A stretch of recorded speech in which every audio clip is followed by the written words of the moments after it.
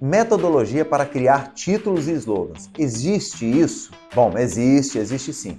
E é isso até que a gente desenvolve no Desengaveta. O título ou legenda, chamada, como você quiser, ele tem o papel de chamar a atenção. Ele tem que fisgar a audiência no meio dos seus afazeres para que preste atenção àquilo que a gente está divulgando. Já o slogan, ele tem que fechar. E a gente precisa escolher quais são as palavras mais importantes, precisa entender sua função. Não dá para a gente encarar o título e o slogan como se fosse uma mera repetição. Então a gente precisa entender qual o intuito, qual a intenção, e para isso a gente tem um passo a passo. A gente precisa trabalhar esse passo a passo para que a gente seja, de fato, criativo, original e persuasivo, o que é muito importante para as marcas.